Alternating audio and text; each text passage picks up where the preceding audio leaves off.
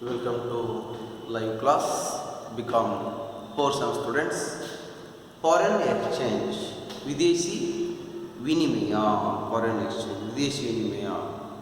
ನೋಡಿ, ಯಾವುದೇ ರಾಷ್ಟ್ರ ತನಗೆ ಬೇಕಾಗಿರ್ತಕ್ಕಂಥ ಎಲ್ಲ ವಸ್ತುಗಳನ್ನು, ಸೇವೆಗಳನ್ನು ತಾನೇ ಉತ್ಪಾದನೆ ಮಾಡಿಕೊಳ್ಳಲಿಕ್ಕೆ ಸಾಧ್ಯತೆ ಇಲ್ಲ. ಹಾಗಾಗಿ ತನಗೆ ಬೇಕಾದಂಥ ವಸ್ತುಗಳನ್ನು ವಿಶ್ವದ ಇತರ ರಾಷ್ಟ್ರಗಳೊಂದಿಗೆ ತರಿಸಿಕೊಳ್ಳಬೇಕಾಗುತ್ತೆ.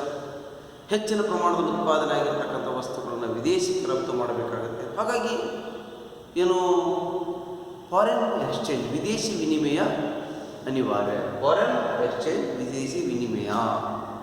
ಹಾಗಾಗಿ ಏನು different countries have different currencies. ಬೇರೆ ಬೇರೆ ರಾಷ್ಟ್ರಗಳು ಬೇರೆ ಬೇರೆ ರೀತಿಯಾದಂಥ ಕರೆನ್ಸಿಯನ್ನು ಅಥವಾ ನಾಣ್ಯವನ್ನು ಅಥವಾ ಹಣವನ್ನು ಹೊಂದಿದ್ದಾವೆ. The currency of one country is not accepted in other country. ಒಂದು ರಾಷ್ಟ್ರದಲ್ಲಿ ಸ್ವೀಕಾರ ಮಾಡಿರ್ತಕ್ಕಂಥ ಹಣವನ್ನು ಮತ್ತೊಂದು ರಾಷ್ಟ್ರದಲ್ಲಿ ಸ್ವೀಕಾರ ಮಾಡೋದಿಲ್ಲ. ಏನು, if we import goods from a foreign country, we have to make payment to the American exporter in dollars only.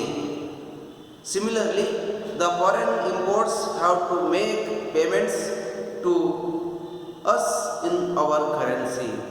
ನಾವು ರಫ್ತು ಮಾಡಿದಾಗ ನಾವು ನಮ್ಮ ಹಣದ ರೂಪದಲ್ಲಿ, ರೂಪಾಯಿಯ ರೂಪದಲ್ಲಿ ಹಣವನ್ನು ಪಡಿತೀವಿ. ವಿದೇಶದವರು ನಮಗೆ ರಫ್ತು ಮಾಡಿದರೆ ಅಥವಾ ನಾವು ಆಮದು ಮಾಡಿಕೊಂಡಿದ್ರೆ, ಅಮೇರಿಕದಿಂದ ಆಮದು ಮಾಡಿಕೊಂಡ್ರೆ ನಾವು ಡಾಲರ್ ರೂಪದಲ್ಲಿ ಹಣವನ್ನು ನೀಡಬೇಕಾಗುತ್ತೆ. ಏನು, ಇಂಗ್ಲೆಂಡಿಂದ ಆಮದು ಮಾಡಿಕೊಂಡ್ರೆ ಪೌಂಡ್ ಮೂಲಕ ನೀಡಬೇಕಾಗುತ್ತೆ. ಜಪಾನ್ದಿಂದ ಆಮದು ಮಾಡಿಕೊಂಡ್ರೆ ಎನ್ ಮೂಲಕ ನೀಡಬೇಕಾಗತ್ತೆ. ಜರ್ಮನಿಯಿಂದ ಆಮದು ಮಾಡಿಕೊಂಡ್ರೆ ಏನು ಫ್ರಾಂಕ್ ಮೂಲಕ ಅಥವಾ ಫ್ರಾನ್ಸ್ನಿಂದ ಆಮದು ಮಾಡಿಕೊಂಡ್ರೆ ಫ್ರಾಂಕ್ ಮೂಲಕ ಹಣವನ್ನು ನೀಡಬೇಕಾಗತ್ತೆ. ಹೀಗೆ ಯಾವುದೇ ರಾಷ್ಟ್ರ ಯಾವುದು ಆಮದು ಮಾಡ್ಕೊಳ್ತದೆ, ಯಾವುದೇ ರಾಷ್ಟ್ರ ಆಮದು ಮಾಡಿಕೊಳ್ಳಿ, ಅದು ಯಾವ ರಾಷ್ಟ್ರದಿಂದ ಆಮದು ಮಾಡ್ಕೊಳ್ತದ ಆ ರಾಷ್ಟ್ರದ ಹಣದ ಮೂಲಕ ಹಣವನ್ನು ಸಂದಾಯ ಮಾಡಬೇಕಾಗತ್ತೆ. ಹೀಗಾಗಿ ಇಲ್ಲಿ ಭಾರತ ಏನು ವಿದೇಶಿ ವಿನಿಮಯವನ್ನು ಮಾಡಬೇಕು.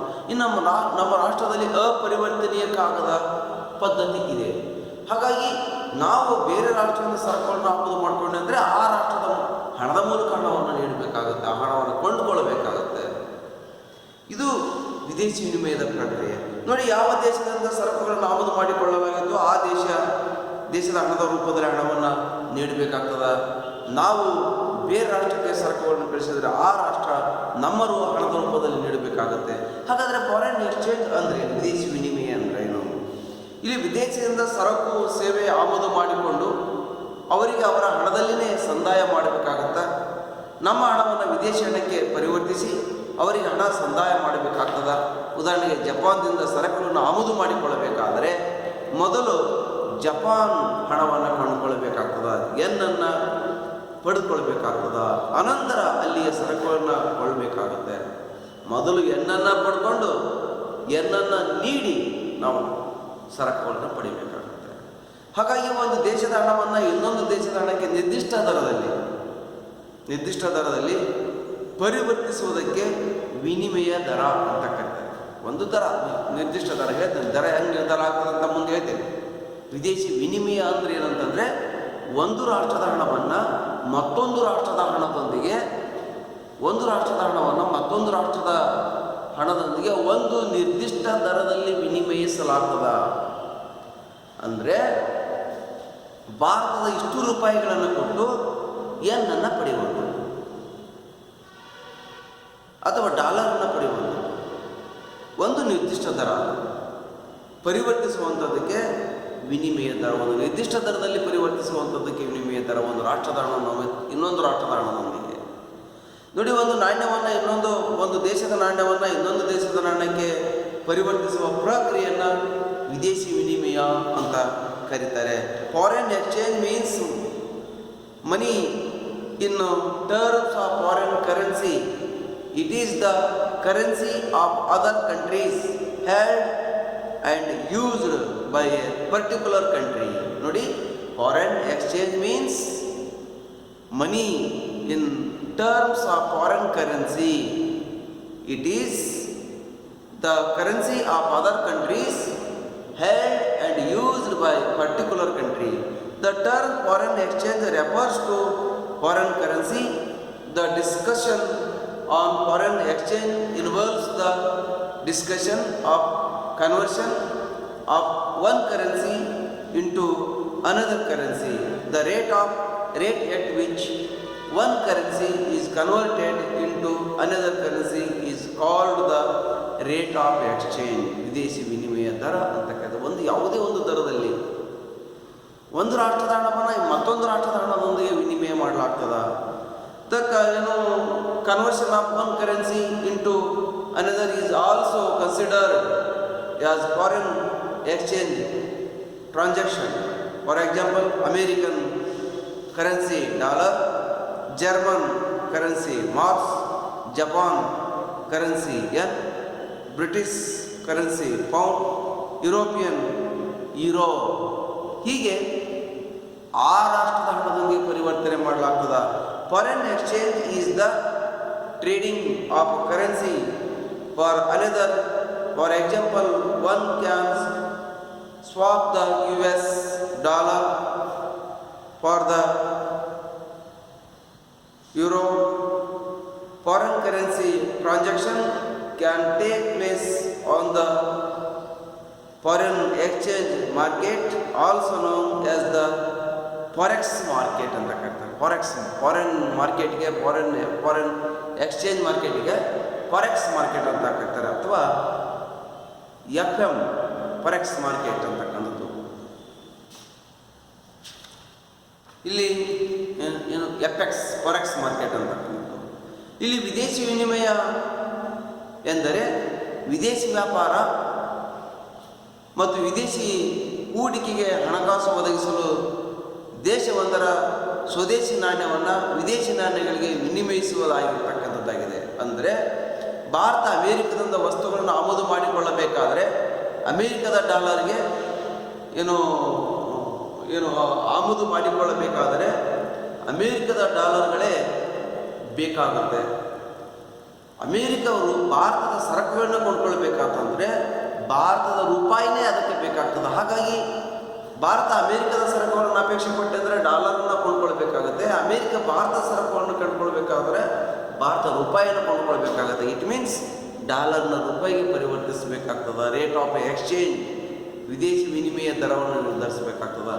ಯಾವ ರಾಷ್ಟ್ರದ ಹಣಕ್ಕೆ ಹೆಚ್ಚಿನ ಪ್ರಮಾಣದ ಬೇಡಿಕೆ ಇರುತ್ತೋ ಆ ರಾಷ್ಟ್ರದ ಹಣದ ವ್ಯಾಲ್ಯೂ, ಮೌಲ್ಯ ಹೆಚ್ಚಳ ಆಗ್ತಾ ಹೋಗುತ್ತೆ. ಹಾಗಾಗಿ ನೋಡಿ, ಭಾರತ ಆಯಾತದಾರ 93,000 ರೂಪಾಯಿ ಮೌಲ್ಯದ ಸರಕುಗಳನ್ನು ಆಮದು ಮಾಡಿಕೊಳ್ಳಬೇಕಾದರೆ ಅಮೇರಿಕದ ನಿರ್ಯಾತದಾರನಿಗೆ 93,000 ರೂಪಾಯಿ ಕಳಿಸಿಕೊಡಬೇಕಾಗ್ತದೆ. ಆದರೆ ನೇರವಾಗಿ 93,000 ರೂಪಾಯಿ ಕರೆನ್ಸಿ ಅಮೇರಿಕದ ನಿರ್ಯಾತದಾರನಿಗೆ ಕಳಿಸಿಕೊಡಲಾಗೋದಿಲ್ಲ. ಅವನಿಗೆ ಡಾಲರ್ ರೂಪದಲ್ಲಿ ನೀಡಬೇಕಾಗ್ತದೆ. ಏಕೆಂದರೆ ಅಲ್ಲಿ ಡಾಲರ್ ಚಲಾವಣೆಯಲ್ಲಿರ್ತದೆ, ರೂಪಾಯಿ ಚಲಾವಣೆಯಲ್ಲಿರೋದಿಲ್ಲ. ಹಾಗಾಗಿ ಡಾಲರ್ಗಳಲ್ಲಿ ಕೊಡಬೇಕಾಗ್ತದೆ. ಇಲ್ಲಿ ಡಾಲರ್ಗಳಲ್ಲಿ ಕೊಡಬೇಕಾಗಿರೋದ್ರಿಂದ ರೂಪಾಯಿಯನ್ನು ಡಾಲರ್ಗೆ ಪರಿವರ್ತಿಸಬೇಕಾಗುತ್ತೆ. ಅಂದರೆ ರೂಪಾಯಿ ಮತ್ತು ಡಾಲರ್ ವಿನಿಮಯ ದರ ಎಷ್ಟು ಅಂತಂದರೆ 31 ರೂಪಾಯಿ = $1 ಅಂತ ತಿಳ್ಕೊಳ್ಳೋಣ. ಹಾಗಾಗಿ ಅವನು $1ಗೆ 31 ರೂಪಾಯಿ $1ಗೆ ಸಮ ಅಂತ ಭಾವಿಸ್ಕೊಳ್ಳೋದಾದ್ರೆ ನಾವು ಇಲ್ಲಿ ಆಯಾತದಾರನಿಗೆ ಏನು ಮಾಡಬೇಕಾಗ್ತದೆ, 93,000 ರೂಪಾಯಿಯನ್ನು ಕೊಟ್ಟು ಅದರ ಪ್ರತಿಯಾಗಿ $3,000 ಪಡಿಬೇಕಾಗುತ್ತೆ. ಅಂದರೆ 31 ರೂಪಾಯಿ = $1 ಆದರೆ 93,000 ಕೊಟ್ಟು $3,000 ಪಡಿಬೇಕಾಗುತ್ತೆ. ಹಾಗಾಗಿ ಆ ಡಾಲರ್ನ ಪಡ್ಕೊಂಡು ಯಾರ ರಫ್ತು ಮಾಡ್ತಾ ಇದ್ದಾನೋ ಅಮೇರಿಕದಿಂದ ಆತನಿಗೆ $3,000 ನೀಡಿ ಆತನಿಂದ ಅಮೇರಿಕದ ರಫ್ತುದಾರನಿಂದ ಸರಕುಗಳನ್ನು ಕಲೆಕ್ಟ್ ಮಾಡಬೇಕಾಗುತ್ತೆ ಅಥವಾ ಆಮದು ಮಾಡಿಕೊಳ್ಳಬೇಕಾಗುತ್ತೆ. ಹಾಗಾಗಿ ಆ ಹಣವನ್ನು ಅಮೇರಿಕದ ನಿರ್ಯಾತದಾರನಿಗೆ ಕಳಿಸಿಕೊಡಬೇಕಾಗ್ತದೆ.